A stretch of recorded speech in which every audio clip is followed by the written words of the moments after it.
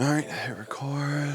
Before anyone asks, no, I am not starting a Patreon. That's not what this video is about. Genuinely, I just wanted to give an update on where I am at in terms of this channel, things that are going on in my life, and honestly, things that are probably going to change. And really, I want input on where we're going from people who watch this channel. So to start out, I'm just going to give a little bit of context of why this issue has arisen, and then I'll get into the actual issue itself. Outside of like a couple of videos, my journey as a full-time music producer really started on TikTok. I'm trying to get to the beginning here. You can see I posted a lot, but you can see I've been posting pretty consistently since 2021. And yes, it did for sure start in the pandemic. Man, I miss my large beard. I need to grow that back out again. And I'm just going to be totally upfront. The reason that I started posting a lot, I wanted to get more paid production clients because that's what I do is my job. And when I started doing this and really focusing on it, it did so many amazing things for me. I met so many awesome people. I've had real life opportunities arise out of this. Random posting of music production tips. Like here, I made a video on the Slate microphone and it got 300,000 views on TikTok. And that then led to me forming a relationship with Slate Digital. Like I have their Slate ML1 in this room right now because they sent it to me and I literally had that microphone in my shopping cart when they emailed me and I was so excited. And just so many opportunities like that have come as a result of content stuff. And TikTok did a lot for me, but honestly, I wasn't really seeing as much actual movement over to full-time production clients. And so I decided I was going to start focusing on YouTube, which then became the origin of this channel. Around this time a year ago, I really wanted to focus on YouTube in a way that I had never done before. And I thought, let me give it a year and just see what happens. And during this early time, you can see that there was a lot of experimentation. And then randomly, I discovered what I was going to be doing on YouTube for the next year or so because of these two videos. And if anybody wants to get insight on starting a YouTube channel, my thought process behind this is what I would recommend for most people. I looked at what is my unfair advantage and how can I use that to make content that not a lot of people are making and then be consistent with that over a long period of time. So my unfair advantage was I am really specialized in indie pop and guitar-based pop stuff, and I'm really good at making instrumentals quickly. I'm also good at narrowing in on like the specific vibe of a track and like what production elements that are used in that track. And then I have decent explainer skills on how to teach people how to replicate something similar at home. So that was my unfair advantage, and I just started making content in a way that most people were not making. And I really started focusing on doing specific songs from artist catalog because I love indie pop music, but one thing that I noticed on YouTube was that when I would look for like 1975 style production tutorials, none of the production tutorials actually sounded like the original songs. Like they didn't sound like anything from the 1975 I had ever heard. They were just kind of like generic 80s stuff with guitar on top of it. And 1975 was an 80s style band, therefore this is how to make a song like the 1975. And I didn't find it that helpful. So I just started making the kind of content that I wanted to see. And I started narrowing in on the sort of guitar-based pop stuff. So you can see a lot of 1975, some Muna, some Nightly. Around this time, I was also getting a lot of paid production clients, which was a really great incentive for me to continue making these videos. I was teaching people how to produce stuff in this style that I really love, but I was also being like financially compensated in a way. By the way, still not activated AdSense on this channel. I haven't even had the option to until like last month. But even though my channel size is only like 4.5K, the ability to bring in clients from YouTube was just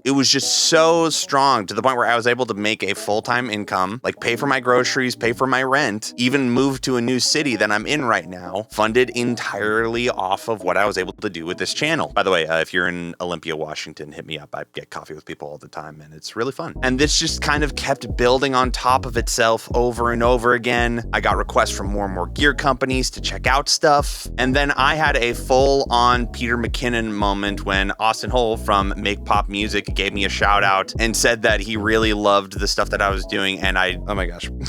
Austin, if you're watching this, I literally ripped your concept of a channel and just tried to do it in such a niche way. And it really means a lot to know that you think that I do stuff well. So thank you. I'm not spamming the group anymore, by the way. All right. If you go on YouTube and look up 1975 production, I am like the main 3 posts that appear on Shorts, and I'm like the 6th video. Some of my videos are above the actual 1975 talking through what they did on their tracks. When this original video came out, it was literally number 2. Like, I'm so proud of that. And just like as a byproduct, my Instagram followers started growing. I started getting crazy client requests. Like, I literally had somebody hit me up and say, yo, I've watched your channel. I love your stuff. I love your attitude. I would love to do 3 songs with you. Is it okay if I just give you a down payment of $6K? Like, things that I didn't even know were possible have happened to me. And I am on the verge of tears right now talking about it, because I am literally doing everything that 16-year-old me dreamed of doing, and I'm doing it at 25 right now. I am so thankful and so happy for everybody who has subscribed to this channel, who has listened to my stuff, who has followed me on socials. It has genuinely meant the world. And now for the not fun part. I cannot keep doing it the way that I have been doing it, for my sake and for the people who watch the channel. And here's what I mean by that. I've recently started experimenting with this different kind of content on Instagram, where I'm just showing some original stuff that I've written, and it's been pretty well received for the most part. But somebody hit me up in Instagram DMs and they were like, yo, I would love it if you did a video on this type of beat and your thought process behind it. And like, every bone in my body wanted to be like, yes, absolutely, I would love to make a video on this, but I can't, because I am making a decent income right now, but I am not making enough to the point where I can kind of just ignore YouTube and the role that it has in my financial position. I've loved doing these sort of one-off videos where I talk about things that I personally believe very important for artist development, things that I would genuinely give as advice to artists who are coming to me and asking, like, yo, how do I make this like a full-time career? And without a doubt, they have always been the worst performing videos that I have ever done. I just had to stop making stuff like this because I am financially dependent on my YouTube videos doing well. And so I don't really have the ability to break down beats like this if I know that they're not going to be a great thumbnail, or if I don't think that it's a video that's going to hit in the algorithm very well. And this has been a constant battle for me internally for the past year, where somebody will be like, yo, could you remake this song from The Strokes? Could you look at this Imogen Heap song? And I really want to do it, but I can't. I don't have the ability to focus on things that people are asking for because I am kind of restricted by what kind of video does well. And to be honest, as much as they are my favorite band in the world and I will always love them, the 1975 stuff is basically the only content that consistently does well. And I'm glad that it does well. But instead of recreating stuff that I really am passionate about, it's like, get another 1975 video out. Like, there are so many songs on a spreadsheet that I want to do breakdowns of, but it just gets filled up so much with 1975 stuff, Band Camino stuff,